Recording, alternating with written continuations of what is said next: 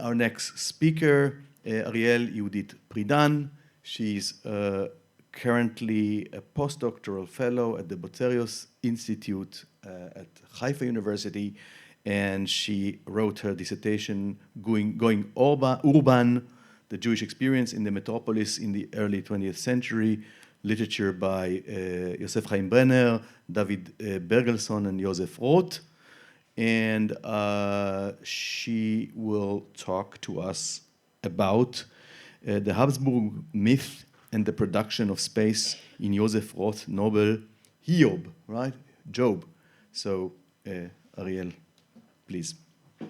So thank you very much. It's a pleasure to be here today. Thank you, Dr. Gal Hertz, for chairing this panel, and Michael Danziger for organizing this panel. I have a very low-tech talk, so no slides for me. It's okay? You're proving? Okay, good. Okay, I shall start. On the wall of a well-known Parisian cafe, a golden plaque commemorates a somber moment in literary history. It says, at this table, the writer Joseph Roth drank himself to death over several months in the year 1939. In May of that year, just before the outbreak of the Second World War, Roth collapsed at this very table, his head falling forward in what would be his final act. He died on May 27 at the age of 45. This tragic scene marked the end of a restless, nomadic life spent moving between the great cities of Europe, Vienna, Berlin, and Paris. Yet amid this perpetual motion, one constant defined Roth's world: his devotion to the Habsburg monarchy. He regarded the empire's supranationalism as a powerful alternative to the exclusionary logic of the modern nation state. The Habsburg model, in his view, did not demand cultural homogeneity or assimilation, but embraced coexistence, offering a vision of collective identity built on difference rather than on exclusion. Roth's supranational ethics is deeply tied to space. His vision of space lies at the heart of what Claudio Magris famously called the Habsburg myth, the cultural reconstruction of the Austro-Hungarian Empire as an ideal multinational entity even after its political demise. This myth affirmed the empire's cultural authority and inspired loyalty by presenting it as a model of multi-ethnic coexistence, while at the same time concealing the tensions and nationalist forces that constantly threatened to break it apart. In his 1930 novel, Job, the story of a simple man, Roth translates imperial ideals into spatial form, not as an act of nostalgia, but as a means of exposing the ideological mechanisms that sustain the Habsburg myth. At the center of Job stands Mendel Zinger, a poor Russian Jewish teacher who lives in a small town of Zuchnov with his wife Deborah and their 4 children. The family's life changes dramatically when their youngest son, Menuchim, is born with severe disabilities, an event that triggers a series of misfortunes reminiscent of the biblical Job. Their suffering continues when the older sons, Shemariah and Jonas, are conscripted into the Russian army. Jonas expected his faith, but Shemariah resists, and Deborah helps him flee to America. Years later, now living in New York under the name Sam, Shemariah invites his family to join him. Initially reluctant to abandon his familiar life, Mendel agrees, especially after learning that his daughter Miriam is falling in love with a Cossack, God forbid. Seeing immigration as a way to escape further tragedy, Mendel and Deborah decide to leave for America, entrusting Menuchim to a local family and leaving behind both homeland and child. It is worth noting that Roth himself never visited the United States. Even when America might have offered him refuge from Nazi Germany, he chose to remain in Europe. Yet New York occupies a central place in his imagination. In Roth's spatial and political worldview, New York, like Berlin, represents the modern forces that he saw as threatening Europe: cultural decline, moral disintegration, and erosion of traditional values. Job marks Roth's most sustained literary engagement with the American metropolis. But the novel's treatment of space goes beyond a simple rejection of American modernity. it turns on a dialectical contrast between Zuchnov and New York, each functioning both as a real and symbolic landscape, embodying different social and political orders. Roth's juxtaposition of American urban life and Eastern European rural life reflects his political imagination as a former subject of the Habsburg Empire. The novel's spatial framework, then, is not a passive backdrop, but an active side of ideology. Following Henri Lefebvre's claim that, quote, social space is a social product, the spaces in Job emerge as ideologically charged formations, expressions of the cultural logic of the Habsburg myth and of the competing political imaginaries that shaped Roth's vision of modernity. The first section of Job turns the abstract ideals of the Habsburg myth into spatial experience. As Roland Barthes reminds us, myth works by naturalizing ideology. It strives to raise the weight of history and make particular meanings appear timeless and self-evident. In Roth's novel, this process of turning history into nature takes shape through his portrayal of Eastern European space as elemental, open, and untouched. The landscape is defined by wide, snow-covered plains and swampy fields that seem ruled by natural rhythms rather than human control. Even traces of modernity, railway tracks, houses, fences, fail to leave a lasting mark. The land retains its slow internal cadence, its sense of primordial stillness, as if it exists outside time. In contrast to the built environment of New York, Roth's Eastern European landscape unfolds as natural and unbounded. He evokes this open spatiality through panoramic description. Quote, flat was the land. The starry horizon drew a perfect deep blue circle around it, broken only in the northeast by a bright streak, like a blue ring with a setting of silver, end of quote. This flattened terrain invites the eye to roam freely, creating an impression of spatial clarity and openness. Yet, as Lefebvre reminds us, such clarity can be deceptive, an illusion of transparency that makes space appear natural and self-evident while concealing its ideological construction. The Eastern European landscape seems universally accessible and unclaimed, belonging to no particular nation or class. The starry horizon and the quote, distant dampness of the swamps replace political borders with atmospheric limits, while the snow-covered plains erase distinctions of territory, ethnicity, or ownership. After Mendel's immigration to America, this landscape changes.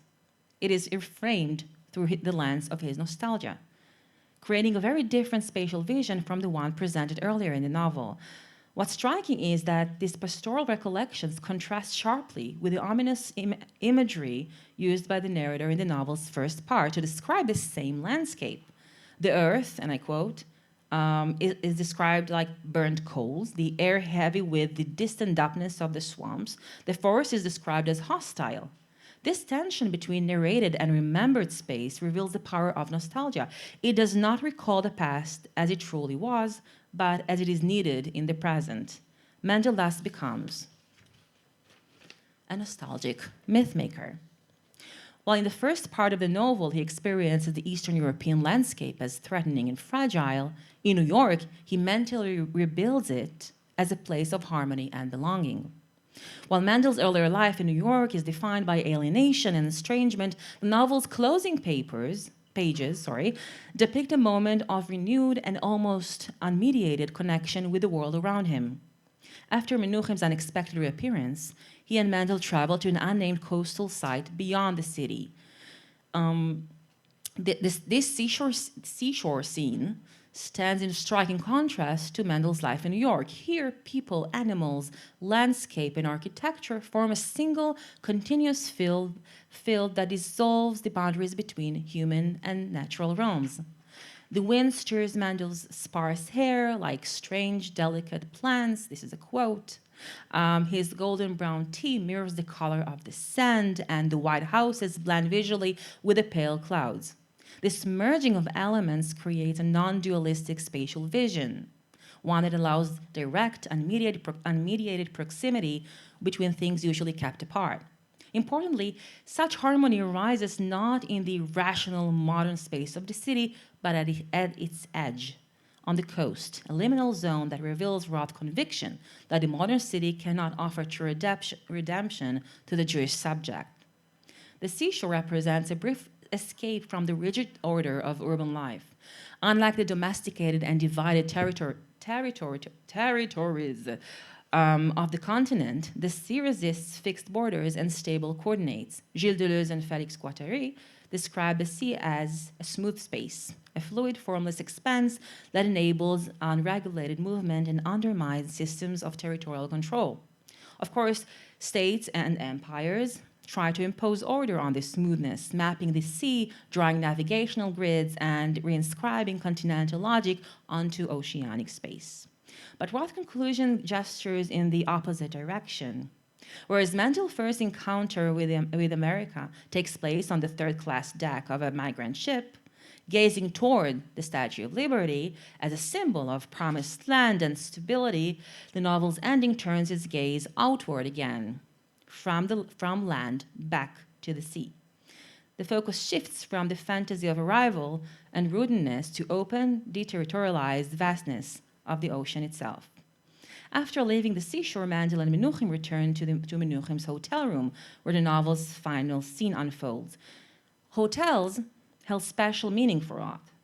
Long before his political exile in Paris, he had already adopted a nomadic way of life, famously calling himself a hotel patriot.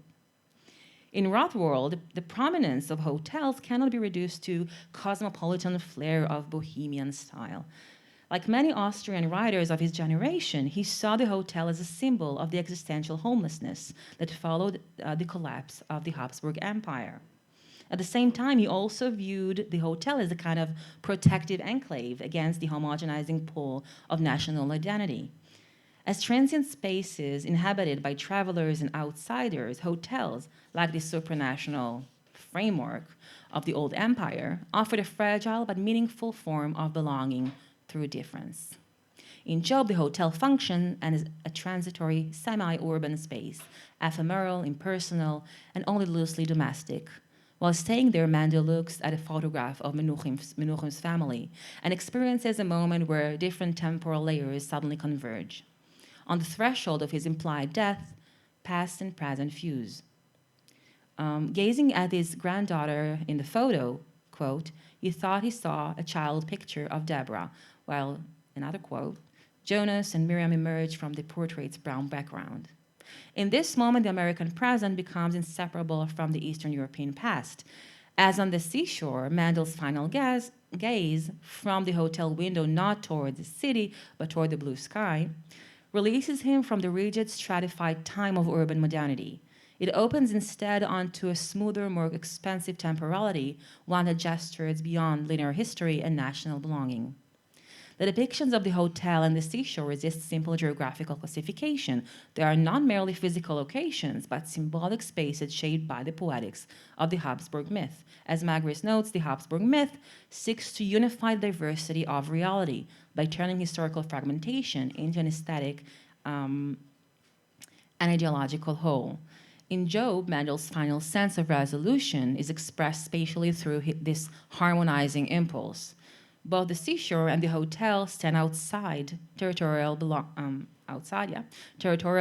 and evoke an imagined order that reconciles historical and cultural oppositions. This abstraction of space does not erase reality, but rather transcends it, orienting the narrative towards utopian horizon that gestures beyond the fractures of modern history. And I'm about to finish. The novel's conclusion invites us to read the hotel and the seashore as imperial spaces, evoking the universalism of the Habsburg imagination. Within New York's urban framework, both the hotel and the seashore function as what Michel Foucault calls heterotopia, real sites that coexist with the everyday world while at the same time subverting its norms. Unlike utopias, heterotopias are effectively enacted utopias, as Foucault reminds us. Real spaces that mirror and invert the logic of ordinary environments. The shoreline and the hotel interrupt the spatial order of the modern city, resisting the systems of regulation and control. As countersides, they open liminal realms imbued with spiritual resonance and a nomadic sensibility. Their heterotop equality allows alternative ways of being to emerge, outside yet still entangled with the dominant urban order. Although Mendel and Menuhin express an intention to return to Europe, the novel ends before their departure, withholding both destination and outcome. Roth heterotopias thus remain somewhat provisional. They offer temporary relief from the city's alienation, but not a true political and existential alternative to urban order. This unresolved ending echoes the apocalyptic dynamic of the Habsburg myth, a longing for universality and reconciliation that survives only as desire, suspended beyond the limits of space and history. Thank you.